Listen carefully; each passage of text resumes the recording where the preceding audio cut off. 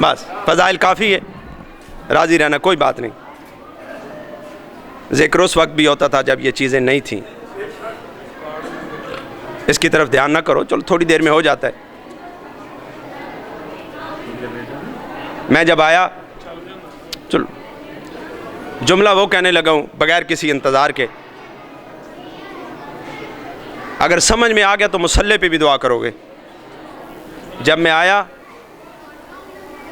تو پیر سجاد شاہ جی پڑھ رہے تھے شماری والے، اور ذکر کر رہے تھے اس بی بی کا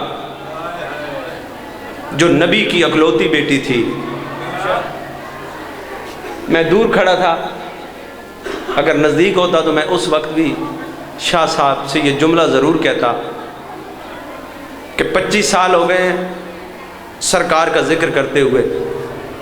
جو سید بیٹھے ہو آغا صاحب سے لے کر پیر عارف شاہ جی، وہ آخری سید تک ہاتھ باندھ کے کہہ رہا ہوں، دل پہ چوٹ لگے معاف کر دینا۔ ان 25 سالوں میں کم از کم کسی اور کو آ گئی ہو مجھے نہیں پتا، ان 25 سالوں میں مجھے یہ سمجھ نہیں آئی کہ اگر لوگوں کی دشمنی ہو بھی نا، باپ مر جائے تو لوگ بدلے بیٹوں سے لیتے ہیں، اگر کوئی دشمنی تھی بھی نبی سے کسی کی، لوگوں نے اتنا کسی نبی کے بیٹے کو نہیں مارا جتنا محمد کی بیٹی کو مارا۔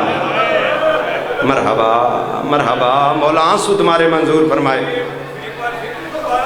جی میں نوکر ہوں آپ کا، میں نوکر ہوں آپ کا۔ لوگوں نے 1,23,999 انبیاء، جس نبی کو بھی مالک نے بیٹا دیا تھا نا، دین کی دشمنی میں اتنا 1.25 لاکھ نبیوں میں سے کسی امت نے اس کے بیٹے کو نہیں مارا جتنا لوگوں نے محمد کی اکلوتی بیٹی کو مارا۔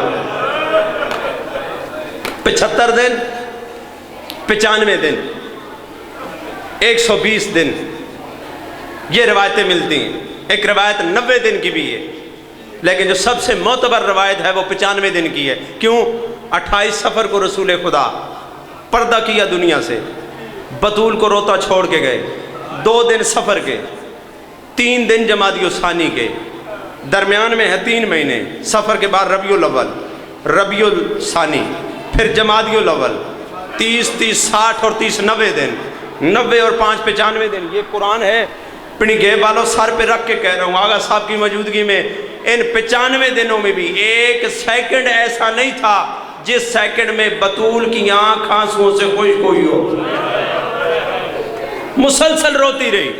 ایک فقرہ پڑھنا ہے جو آج تک بہت کم پڑھا گیا، مسلسل روتی رہی بی بی۔ 3 جمادی الثانی آ گئی، پوری شہادت نہیں، ایک فقرہ، 3 جمادی الثانی آ گئی۔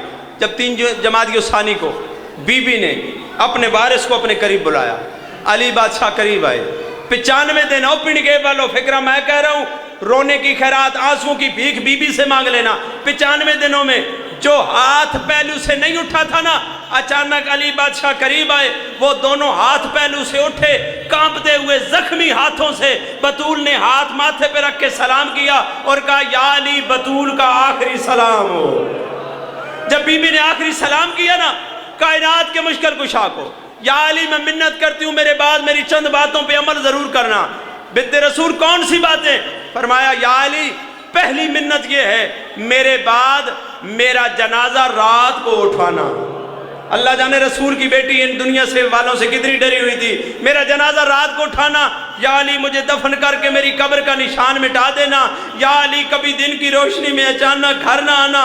اگلی بات بنت رسول نے وہ کی ہے، علی جیسا بہادر بھی جگر پہ ہاتھ رکھ کے روتا ہوا زمین پہ بیٹھ گیا۔